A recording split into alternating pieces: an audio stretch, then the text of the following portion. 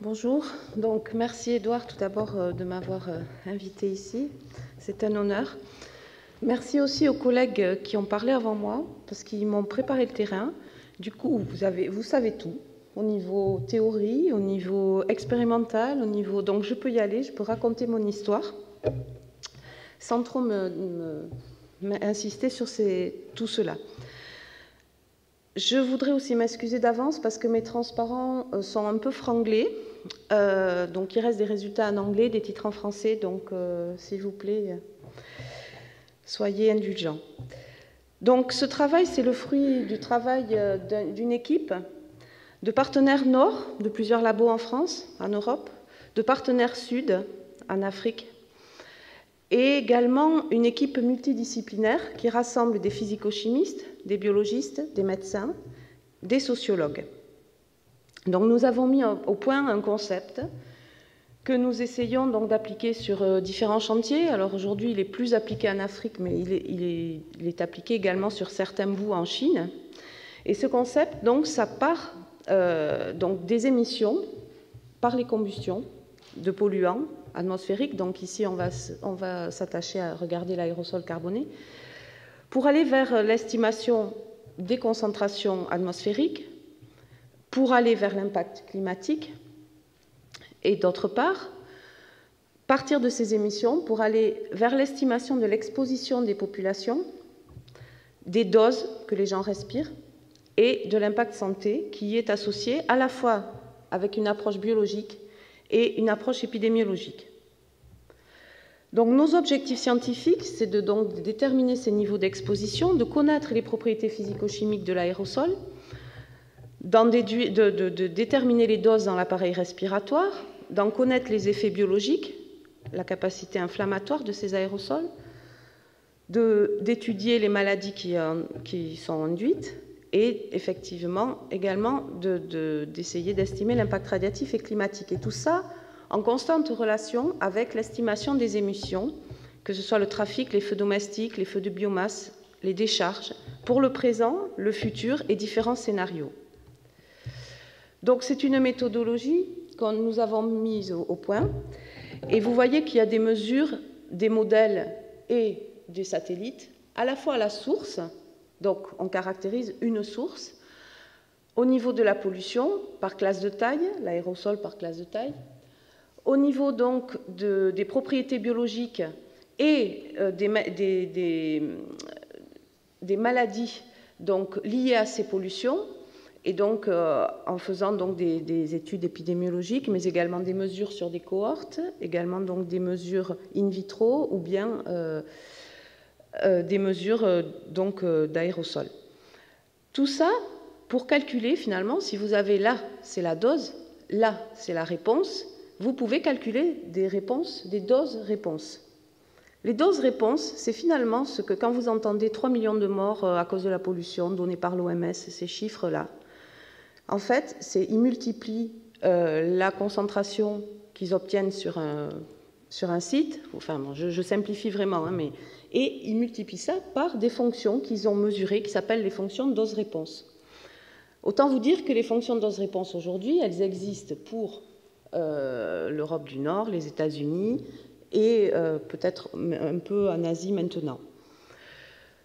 Donc, ces fonctions de dose-réponse, en fait, vous permettent de calculer l'impact et de dire combien il y aura de morts, combien il y aura d'asthme. Ce que nous, on a rajouté là, et c'est un travail qui démarre, hein, je ne veux pas être trop ambitieuse, on espère que ça va marcher, c'est un aspect sociologique. L'homme n'est pas un capteur passif, donc il va réagir. Donc c'est pour ça qu'on commence à travailler avec des sociologues pour considérer la vulnérabilité aussi de l'individu dans cette estimation de la fonction dose-réponse. Et ça, nous, à Toulouse, nous animons un axe environnement, santé, société qui va nous permettre de travailler et de passer justement des aléas aux risques sanitaires réellement.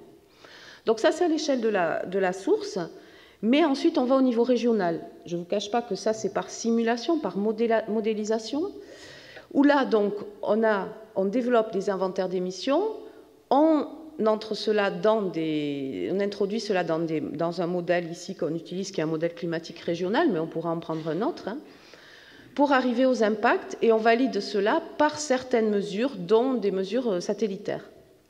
Et bien sûr, l'aller-retour, c'est-à-dire si j'arrive à un impact sanitaire ou un impact climatique pour certaines émissions, si je change mon scénario, je vais avoir d'autres réponses. Et donc là, on va pouvoir commencer à discuter aussi de régulation. Alors, je vais centrer donc mon exposé sur l'Afrique.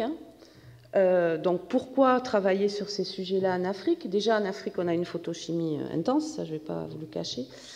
On a un mélange de sources, trafic, domestique, feux domestiques, des industries, surtout en Afrique du Sud, des feux de savane, des torchères, autant en Afrique du Nord que surtout dans le golfe de Guinée, et des poussières désertiques. Des poussières désertiques qui vont être celles du Sahara et du Sahel, mais qui vont être aussi celles du soulèvement des routes qui ne sont pas pavées.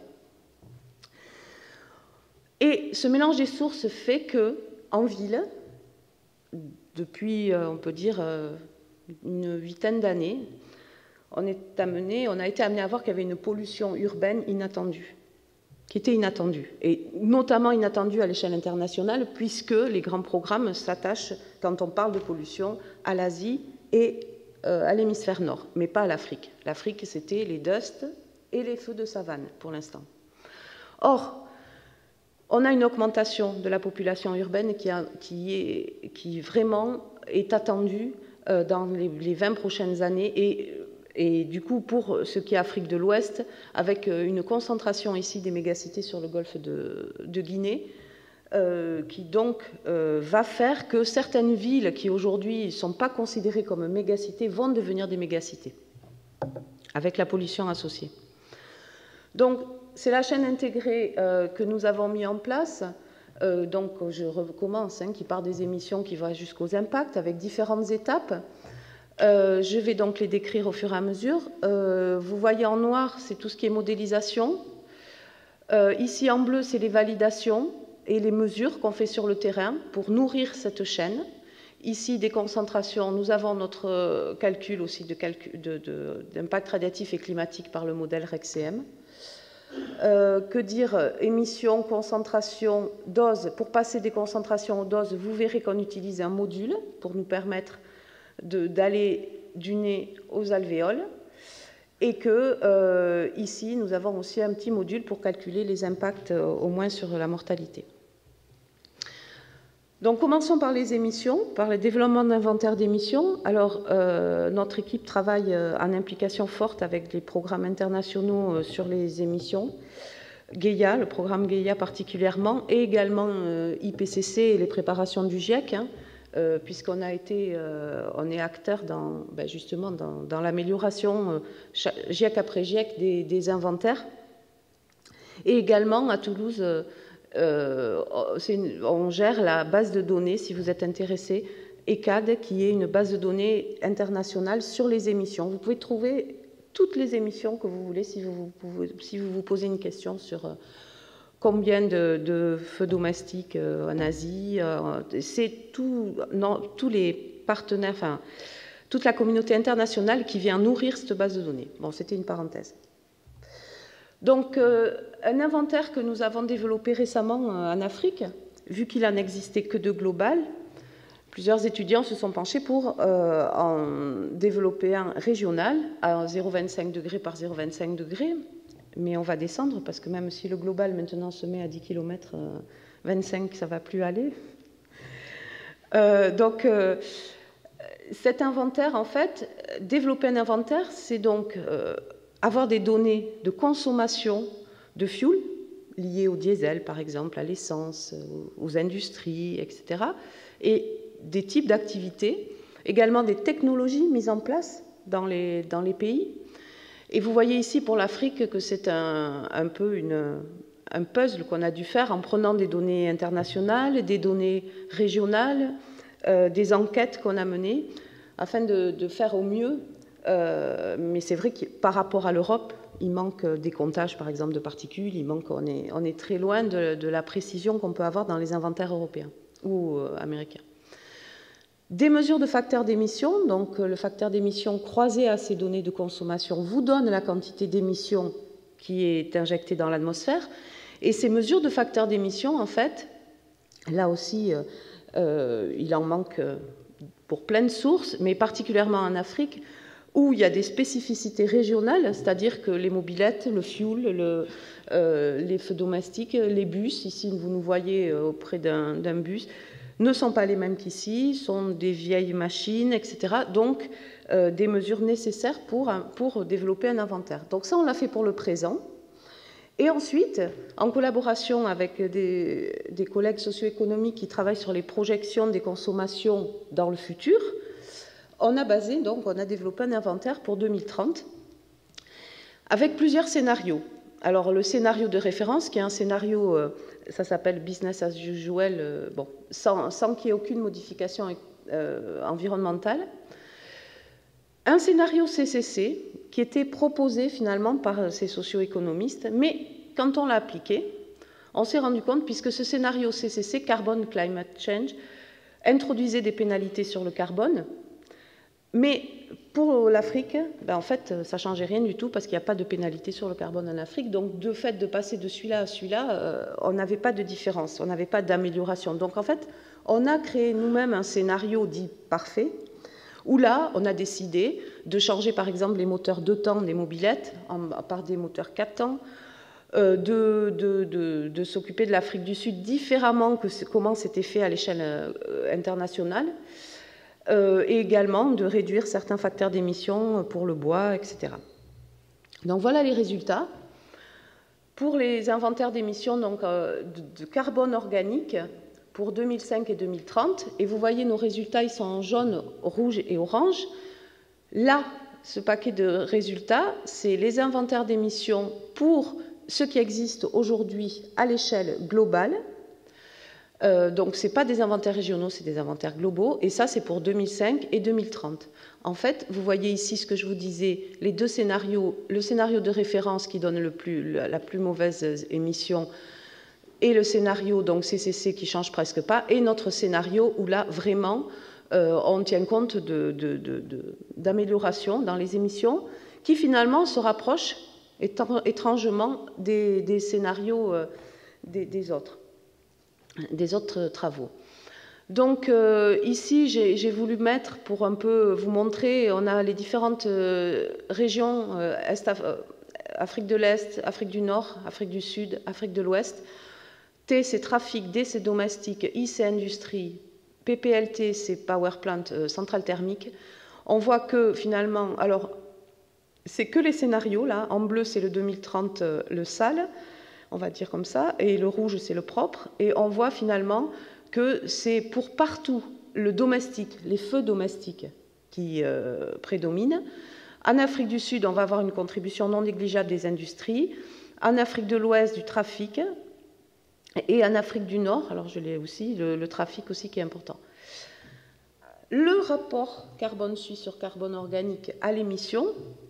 Donc là, on voit finalement, alors je vous le dis là, mais je le répéterai dans le speech, on voit que finalement, suivant le scénario, ce rapport peut varier. Et même s'il est, par exemple ici en Afrique de l'Est, on voit qu'il y a moins de carbone suisse relativement avec le bon scénario. On voit qu'en Afrique de l'Ouest, par contre, avec le bon scénario, le rouge, enfin celui qui est réduit, quoi, on voit que la part du carbone suisse augmente dans l'aérosol carboné. Bon, c'est un résultat. Quelque chose aussi qui est assez important, c'est pour vous prouver de ce rôle de l'Afrique, là, dans le futur, c'est l'importance des émissions africaines par rapport au carbone organique, toujours, hein, ici, ça c'est, enfin, il y a non, là j'ai mis le monoxyde de carbone, carbone suisse, carbone organique, NOx, SO2 et les NMHC, mais on va regarder le carbone organique, et en fait, ce qu'on voit, c'est que toujours les mêmes couleurs, donc rouge, jaune, les autres, tout ce qui est dans les bleus, verts, c'est les autres études. On voit les premiers paquets, là, le premier paquet, c'est de l'année aujourd'hui, enfin, c'est le présent, et ici, c'est 2030, ce pic. Et on voit que les émissions africaines anthropiques, donc, elles pourraient être en tête des émissions mondiales si aucune mesure n'est prise. C'est le cas ici. Vous pourriez passer de 25% à peu près de l'organique à l'échelle mondiale, en comptant la Chine, etc., on pourrait passer de 25% aujourd'hui à 60% dans les années 2030 si aucune mesure de régulation n'est prise. On va passer maintenant à la deuxième partie de la chaîne, qui est l'estimation de l'exposition. Donc ça, c'était un article de Jeune Afrique là, qui donc avait relaté justement ce problème en disant, en parlant de la pollution de leur ville. Et donc, quelques études que nous avons menées depuis une huitaine d'années, Cotonou, Bamako, Dakar, Ouagadougou, ça c'est sur l'Afrique de l'Ouest, mais aussi on a travaillé à Sassolbourg, en Afrique du Sud, à Yaoundé et à Abidjan. Aujourd'hui, on a un programme européen qui est en cours. Toute l'équipe dont je vous ai parlé travaille dans ce programme européen. Et là, on travaille sur Abidjan et Cotonou. Et vous voyez, ici c'est notre site de feu domestique, là c'est le site de décharge, là c'est le site trafic. Bon, je ne vais pas rentrer dans ces détails. Donc, point de vue, par rapport à l'exposition, voici les concentrations en PM2,5. J'ai repris les données de l'OMS là, et vous voyez ici la concentration en PM2,5 donnée pour la ville de Dakar par l'OMS. Et c'est effectivement ce qu'on a trouvé là dans notre programme pollution des capitales africaines en 2009.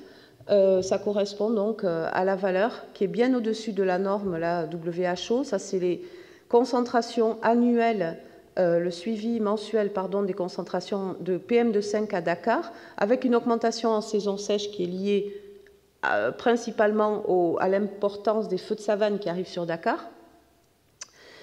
Et donc, des concentrations, là le message, c'est au-dessus des normes en rigueur.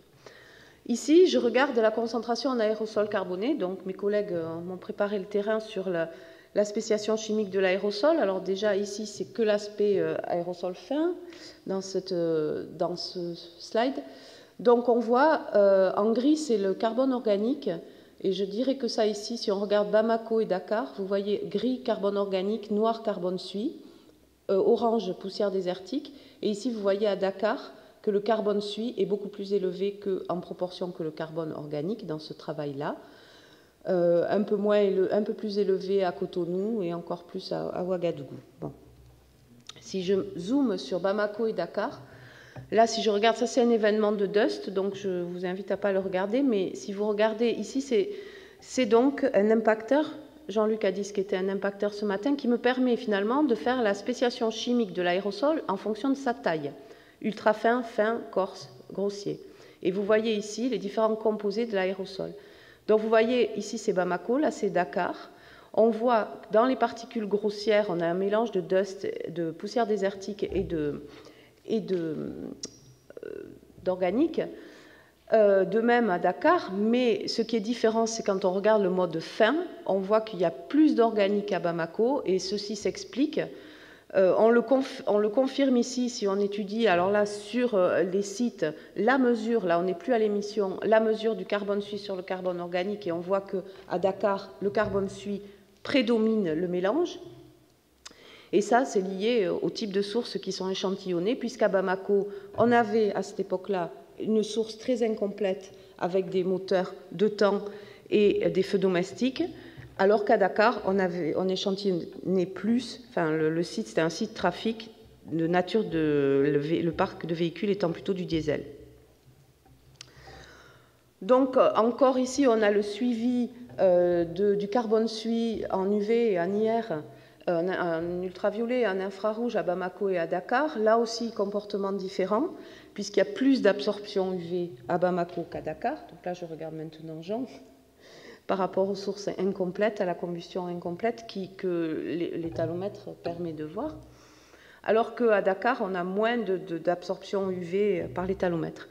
Et enfin, si on regarde la capacité hydrosoluble de l'aérosol, qui va être un élément déterminant pour sa propriété également ensuite, biologique entre autres. Si on regarde sa capacité hydrosoluble, et donc on étudie le rapport water soluble organique carbone sur organique carbone, on voit qu'il est nettement plus élevé à Bamako qu'à Dakar. Donc ça, pour le comportement aussi de cet aérosol carboné, on voit avec ça, Armelle l'a déjà vu aussi auparavant dans un autre programme, non pas sur l'Afrique, mais sur Paris, on voit l'importance finalement que va revêtir d'étudier BC, OC et certains traceurs, dont, certaines propriétés comme son caractère hydrosoluble. Donc là, on était à mesurer des concentrations en ville.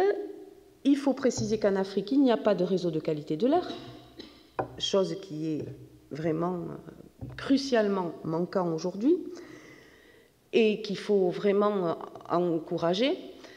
Et donc, pour valider des modèles, on fait appel aussi aux satellites. Et donc, c'est les travaux de Jean-François Léon, qui, par exemple, a regardé avec Polder ce que donnait à Bamako et à Dakar Polder en termes d'épaisseur optique, et qu'il a comparé, ici c'est une variabilité mensuelle de comparaison entre des épaisseurs optiques et la masse mesurée au sol de PM2,5. Bon, il y a une corrélation, on sait tous que cette conversion épaisseur optique PM2,5 dans une colonne, c'est vraiment un grand challenge. Donc aujourd'hui, dans le cadre d'Akiwa, entre autres, l'idée c'est d'aller vers aussi des satellites à plus haute résolution pour pouvoir un peu plus pouvoir utiliser l'outil satellite pour finalement faire de l'exposition, puisque c'est ça l'idée, ou de la validation d'exposition. Donc là, je repars sur le modèle. Je pars sur le modèle puisque là, je vous ai parlé des inventaires d'émissions qu'on a développés pour 2005 et 2030. On les a insérés dans un modèle pour voir ce que le modèle donnait dans différentes villes en termes de concentration pour ces différents scénarios. Et donc, vous voyez ici, pour plusieurs villes d'Afrique, Johannesburg, Brazzaville, Lagos, Cotonou, finalement, de nouveau, les résultats de concentration pour l'inventaire parfait et pour l'inventaire BAU et pour l'inventaire propre. On voit que augmenter les émissions par 4 revient à augmenter les concentrations des polluants finalement par 4 en ville. Par contre, ce qui est très intéressant ici, c'est qu'en zone rurale, on a un réseau aussi qu'avec nos collègues, on travaille sur un réseau de mesure aussi en Afrique depuis 20 ans, en zone éloignée alors. Et là, on voit aussi que finalement, sur ces zones qui sont complètement de bruit de fond, sans pollution, on va avoir un impact lié à ces augmentations en ville finalement, et par les émissions de 2,5. Une dernière slide là-dessus. Ici, vous voyez le PM2,5 donc dans les 3 scénarios, 2005, 2030, 2030 CCC étoile. Donc le bon scénario, vous voyez, ça augmente et ça rediminue. Et là, c'est ça qui était intéressant, mais vous ne voyez pas grand-chose. En fait, c'est l'écart à la norme. Donc on voit qu'en 2005, il y a quelques écarts à la norme, ici. Il y a, autour du Nigeria, il y a quelques écarts à la norme de l'OMS, ici. En 2030, 2030, le scénario le plus sale, en fait, on voit que là, on va dépasser les normes. Au Caire, tout ce qui est aussi Égypte, également en Afrique du Sud. Et ce qui revient un peu plus, ça rediminue pour un scénario propre. Alors, là, on parle de concentration, mais l'exposition, on sait que finalement, c'est quelque chose qui doit être mesuré, et ça a été dit ce matin, sur la personne même, pour vraiment avoir son libre parcours moyen, pour savoir où il va et pour pouvoir vraiment comparer cette concentration intégrée avec les doses, avec les réponses sanitaires. Et vous voyez ici pourquoi, en fait, c'est à Bamako, c'est le carbone suit, on s'est amusé, on a mis un étalomètre, puisqu'on n'a pas de réseau de qualité de l'air, on a mis un étalomètre dans un taxi, on l'a fait dans plusieurs villes, et on voit comment, finalement, au grand marché, il y a ça, au marché, il y a ça, en ville, il y a ça, en centre-ville. Donc nous, on va avoir notre site ici, il est représentatif du centre-ville, d'un site trafic, d'accord, mais c'est pour ça que, en fait, dans le programme d'Akiwa, on a choisi de travailler par type de source, parce qu'on ne peut pas tout caractériser, et également d'avoir ces études sur les gens. Et par exemple ici, sur le feu domestique, sur le site feu domestique, on a équipé cette dame, vous voyez ce qu'elle a respiré pendant 24 heures. afin de pouvoir calculer donc ces expositions personnelles. Donc maintenant, on va aller aux doses, parce que finalement, il y a ce qu'on respire, mais il y a ce qui va dans nos alvéoles, et pour vraiment rentrer dans le processus, dans pourquoi la pollution a un effet sur la santé, ben, il faut essayer d'aller un peu plus loin dans l'appareil respiratoire pour pouvoir avoir de meilleures corrélations après avec la santé, au niveau processus. Donc, nous avons utilisé un module, nous avons réutilisé un module qui avait été développé dans la science nucléaire, qui permet finalement, et c'est de la mécanique des fluides, hein, de prendre, là vous reconnaissez donc taille de l'aérosol et spéciation chimique, de l'avoir au niveau donc, du nez et de pouvoir, à chaque étape là, de l'appareil respiratoire, avoir donc des concentrations par classe de taille que vous voyez qui ne sont plus, qui sont différentes finalement de ce que vous inhalez. Et pourquoi on est plus près du processus? Ben, Armelle, elle va en parler dans 10 minutes. Ici, Armelle va travailler sur ces cellules-là au niveau biologique.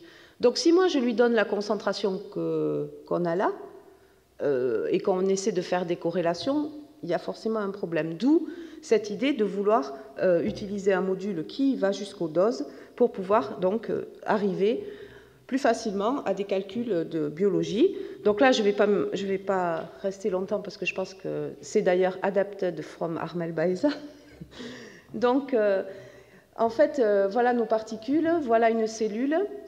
Et notre corps, alors je le dis très mal, tu vas le dire mieux après, notre corps réagit, il va avoir donc des réactions pour essayer de ne pas avoir une réaction inflammatoire, mais il va y avoir un déséquilibre et il va y avoir une réponse inflammatoire.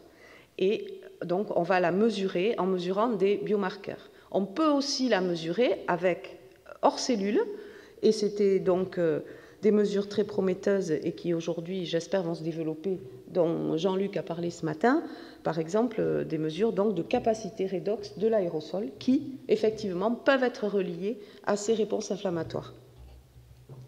Donc voilà un résultat qu'on a obtenu avec Armelle dans le cadre de Polka sur Bamako et Dakar. Donc vous vous rappelez, j'en ai parlé tout à l'heure, donc de ces deux situations. Hein. Et qu'est-ce qu'on voit? En fait, on a essayé de mettre en relation les biomarqueurs d'inflammation et le carbone organique. Carbone organique ici, biomarqueur d'inflammation ici, pour les deux scénarios. Et on voit quoi? On voit qu'il y a une meilleure corrélation entre les deux pour Bamako que pour Dakar. Donc on peut se dire que c'est lié effectivement à l'aspect plus hydrosoluble du carbone organique qui est prélevé à Bamako qu'à Dakar. Et finalement, ce qu'on voit là, et qui est plutôt une ouverture de chantier qu'un résultat définitif, hein, c'est que la nature des sources va être très importante pour finalement déterminer l'impact inflammatoire et ensuite réguler les émissions. Donc ici, on voit bien que les deux roues et les feux domestiques, eh ben, c'était plus inflammatoire que le diesel. C'est ce qu'on fait donc aujourd'hui sur Dakiwa, hein, ce type de mesure. C'était juste pour rappeler donc la caractérisation de l'aérosol par classe de taille, les mesures in vitro et les mesures hors cellule comme la capacité redox de l'aérosol. Je passe maintenant juste un slide sur l'approche épidémiologique. Alors il est en anglais, mais c'était juste, quand je vous parlais tout à l'heure des dose response function, côté épidémiologique, c'était pour vous montrer que ici, c'est lié à des enquêtes qui sont faites avec des questionnaires qu'on fait aux gens qui vont à l'hôpital sur leur travail, le type de transport, la nature de l'exposition qu'ils ont à la pollution, les maladies qu'ils ont observées, etc. Combien de fois, quels médicaments ils prennent, combien de fois ils viennent à l'hôpital. Donc ça, c'est les travaux qu'on a en cours, mais pour la première fois en Afrique en ce moment, mais qui donc, il y a toute une biblio très riche au niveau européen, bien sûr, et au niveau international là-dessus. Il y a également des mesures qui se font sur les gens, qui sont la capacité respiratoire. Alors là, on rentre un peu plus dans la maladie, mais c'est pas statistique, ça, par rapport à ça. Oui, des mesures de sang, dans le sang, etc. Et oui, voilà. Donc, au niveau de l'impact, maintenant, l'idée, là, c'est une fois qu'on a des doses réponses qui ont été mesurées, donc que ce soit statistiquement pour les maladies ou que ce soit avec ce caractère, lier ce caractère inflammatoire de la pollution à la pollution, des fonctions de dose-réponse de différentes natures, on va pouvoir déterminer des cartes de risque sanitaire et donc de déterminer des impacts. Alors là, je vous montre juste la partie mortalité.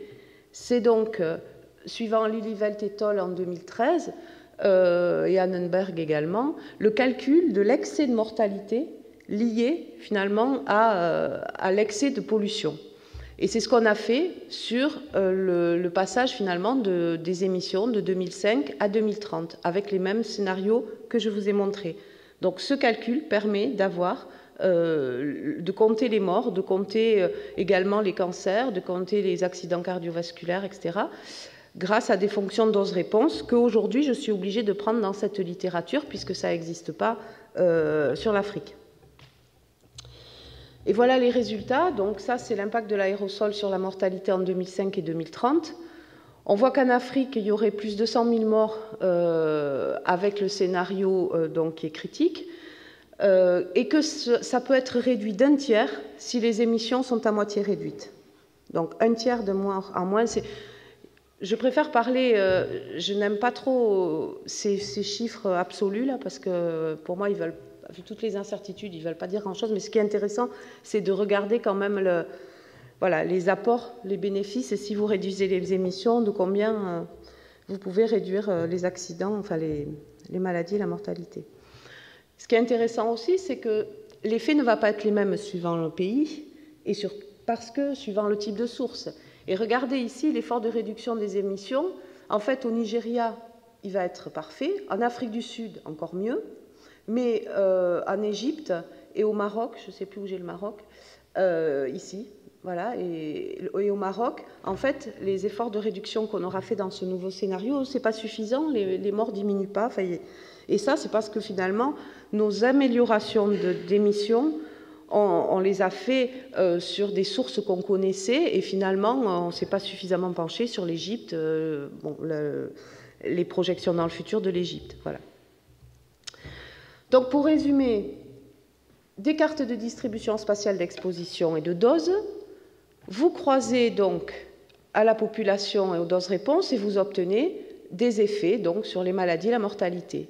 De même, vous croisez ces cartes à des doses-réponses avec les biomarqueurs inflammatoires, que ce soit in vitro, sang, capacité redox de l'aérosol, et vous allez arriver à des cartes de risque toxicologiques. Et ce qui va être joli, mais que je n'ai pas encore à vous montrer, j'espère bientôt, dans quelques années, c'est le lien entre les deux, entre finalement ce processus et les maladies.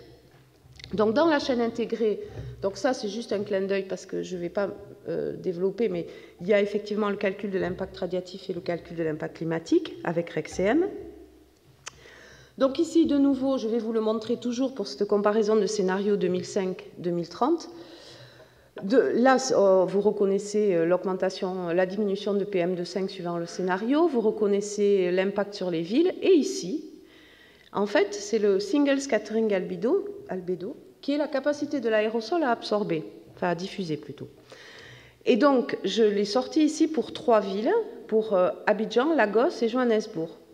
Ce qu'on voit, c'est qu'à Johannesburg, finalement, entre les 3 scénarios, alors ça c'est l'année présente, hein, le blanc c'est présent, et ça, le gris et le noir, c'est le futur. On voit que ce n'est pas très différent. Par contre, pour Lagos et Abidjan, on voit que le scénario le meilleur donne un single scattering albédo plus faible. Ça veut dire quoi? On a vu tout à l'heure qu'on avait un rapport BC sur OC qui était effectivement plus élevé. On a plus d'absorbants dans le mélange, donc on a plus de capacité d'absorption dans le mélange. Donc, en Afrique de l'Ouest, il semble que le fait d'avoir plus de carbone suie dans le mélange donne moins de SSA, donc plus d'absorption. Et par contre, sur l'Afrique du Sud et l'Afrique du Nord, c'est similaire. Il n'y a pas de différence.